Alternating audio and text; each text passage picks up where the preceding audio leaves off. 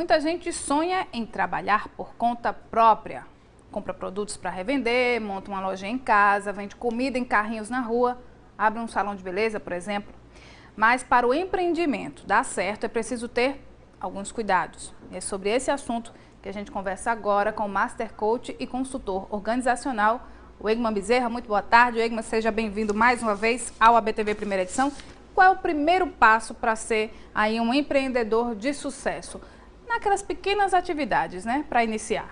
Magnífico. Boa tarde, Renata. Na realidade, ele precisa ter conhecimento daquilo que ele quer empreender. O conhecimento, né, é que vai realmente fazer com que ele tome uma consciência mais apurada para que ele possa, então, saber o que fazer. E quais os erros mais comuns, né, logo no início? O empreendedor ele tem que ter um planejamento daquilo que ele precisa fazer, né? A ausência desse planejamento realmente é um pecado gravíssimo. Por quê? Porque você já entra em algo às escuras e isso não se deve fazer de jeito nenhum. E qual é a primeira coisa que essa pessoa que quer ser um empreendedor, quer trabalhar por conta própria, ela deve fazer? Qual é o primeiro passo? A primeira coisa que tem que vir à cabeça? A primeira coisa, ele procurar conhecer de uma forma mais detalhada aquilo que realmente ele quer empreender. Por exemplo, muitas vezes nós temos um sonho de fazer algo e esse algo nos encanta. Mas como fazer então para que eu me aprofunde nesse conhecimento, né? Uma vez eu compreendendo, conhecendo aquilo que eu quero empreender, imediatamente fazer um planejamento. Para quê? Para que eu possa ter a noção da minha viabilidade com relação à execução do projeto. Daqui a pouco a gente entra em detalhes desse planejamento. E você vai conhecer agora 2 exemplos de empreendedores que começaram com pequenas ações e hoje já colhem os frutos de um trabalho bem planejado. Acompanhe.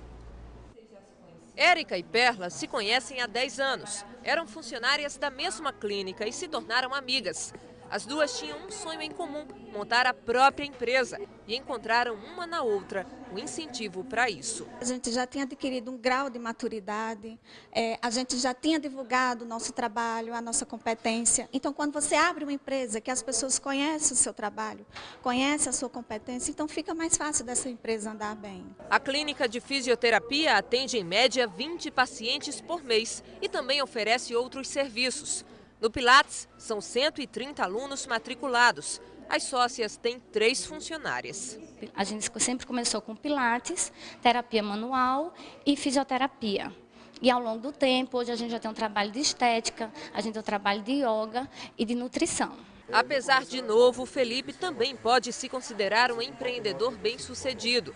Ele tem uma lanchonete de cachorro-quente gourmet, feito com vários tipos de carne, acompanhamentos e molhos. Foi uma coisa criada aos poucos, a gente foi tendo a ideia, já tinha a ideia do produto, que queria trabalhar com cachorro-quente, sendo de uma maneira diferenciada, que no mercado hoje precisa de um produto diferente para poder ter êxito.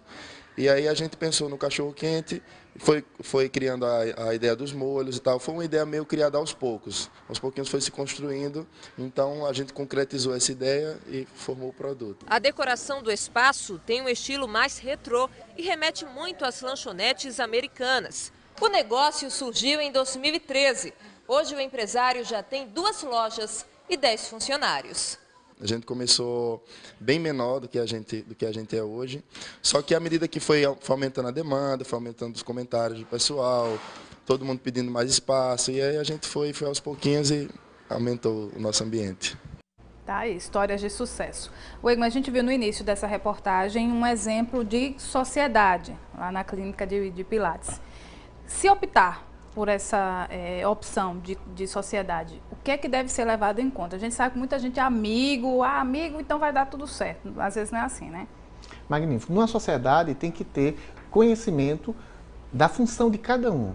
Então é interessante deixar bem claro, de uma forma objetiva, o que é que cada sócio, qual a participação de cada sócio dentro daquele empreendimento. E uma vez que você tenha, então, isso muito bem documentado, você tem que partir, então, para deixar isso oficial. Nada deve ser feito de forma verbal. Deixar de uma forma realmente clara e objetiva as funções para que ambos os sócios possam acompanhar o outro e ver se, por acaso, um não está trabalhando mais e o outro está ficando realmente na reserva e assim por diante. O grande segredo é você ter essa sintonia. E uma vez que você tem essa sintonia, colocar no papel aquilo que cada um realmente deve fazer. Se de repente o outro deixa de fazer o planejado, qual deve ser a conduta, principalmente quando se trata de uma amizade, para não ficar sem empreendimento e sem um amigo? Magnífico. O grande foco é você ter justamente o espírito profissional.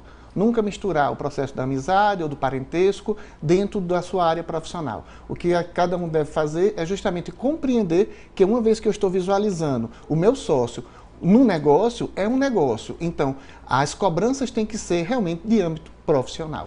A gente vem falando desde o início do famoso planejamento, que é bom para tudo, né? Mas nesses casos, o que é que deve ter esse planejamento? É a área em que vai atuar, quanto se lucra, o que a gente deve observar?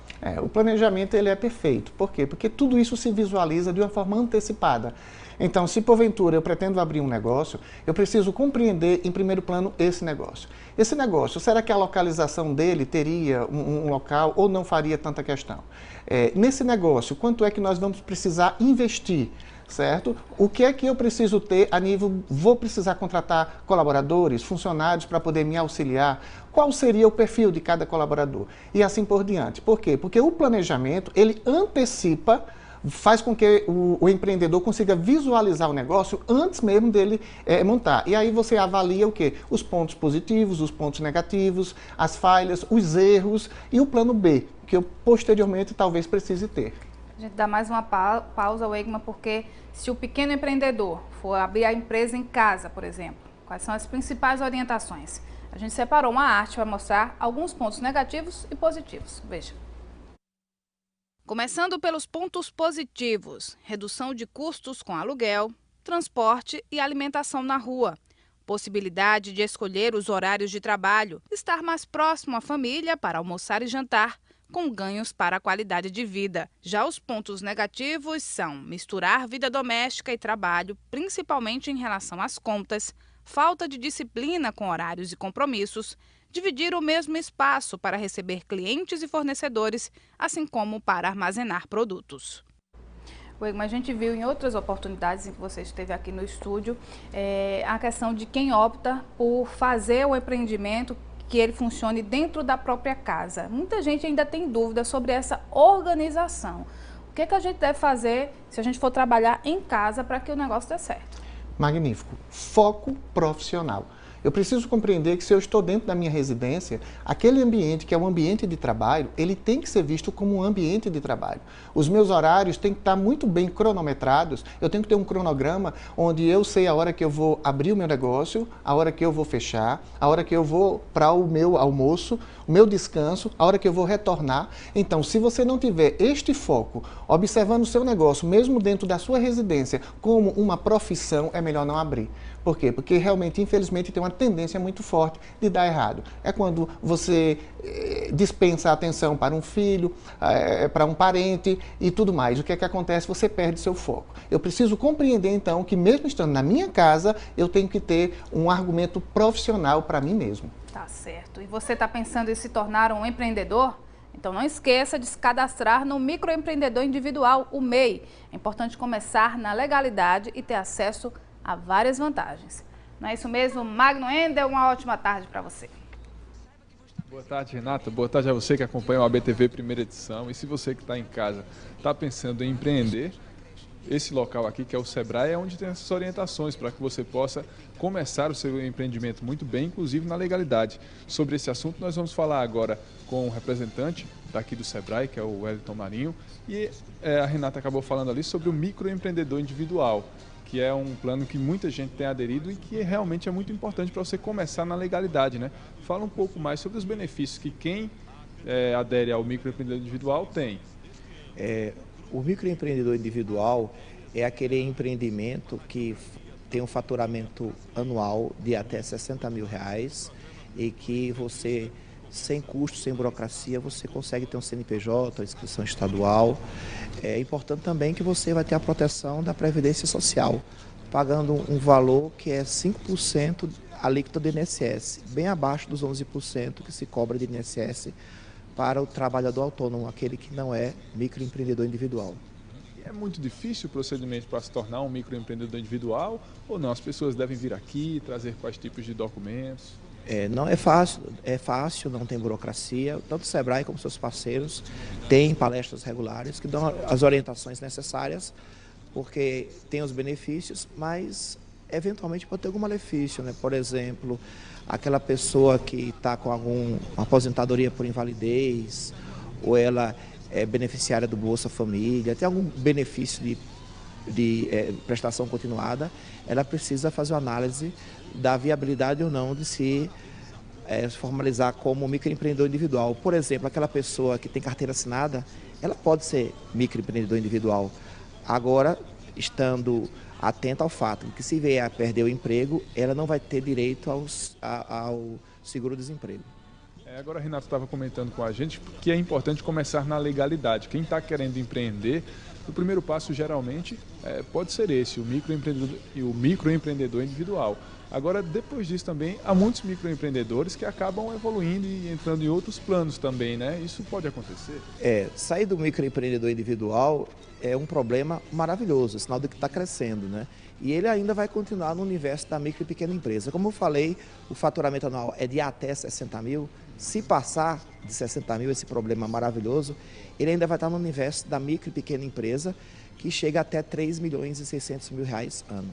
Legal. A Renata, que está acompanhando a nossa conversa, tem uma pergunta, quer participar dessa entrevista, Renata? Magno, para iniciar o próprio negócio, claro, a gente tem que ter dinheiro, né? Alguma reserva. Isso seria aí na linguagem do microempreendedor, o capital inicial? Explica para a gente como é que isso funciona. Exatamente, o capital inicial é esse valor que você tem que ter para começar o seu próprio negócio, né? Você vai calcular ali o que é que você precisa para ter, máquinas, enfim. E aí você tem que ter esse capital inicial para começar esse empreendimento. E tem o capital inicial que as pessoas devem ter e tem um outro termozinho que é muito importante, que é o capital de giro. Sobre esse assunto a gente volta a falar aqui com o Wellington. O que é esse capital de giro que é tão importante para que o empreendedor entenda sobre isso? Para ilustrar, vou dar um exemplo do fabrico de roupa, que ele tem uma overlock, interlock, galoneira, o maquinário que ele usa. Esse é o ativo fixo, assim como o mobiliário, o maquinário, as benfeitorias nas instalações. Mas, além disso, ele fabrica roupa, ele precisa de matéria-prima, tecidos, aviamento. A roupa que está esperando para ir para a lavanderia, é uma roupa em processo de fabricação, aquela que já está pronta para venda, os estoques são capital de giro. O capital de giro, em tese, de fato, é o dinheiro, em cash, dinheiro vivo, seja dele em carteira ou em conta, ou seja, tem disponibilidade imediata, os estoques que eu acabei de citar e os valores a receber. Ou seja, é o dinheiro, tudo aquilo que você quer que se transforme em dinheiro o mais rápido possível. Ou seja, quer que o estoque gire e quer que os valores a receber sejam recebidos. Legal. Quem quiser orientações pode vir ao Sebrae. Você reforça o endereço do Sebrae para a gente, para quem está em casa? Avenida Jada da Silva Casé, 277, bairro Indianópolis. Tá certo. A gente agradece demais pelas informações que foram prestadas por Wellington Marinho. Espero ter auxiliado você que está em casa querendo empreender com essas informações. Renata. Magna, até eu fiquei com vontade de empreender agora, com tanta orientação. Obrigada, Magna.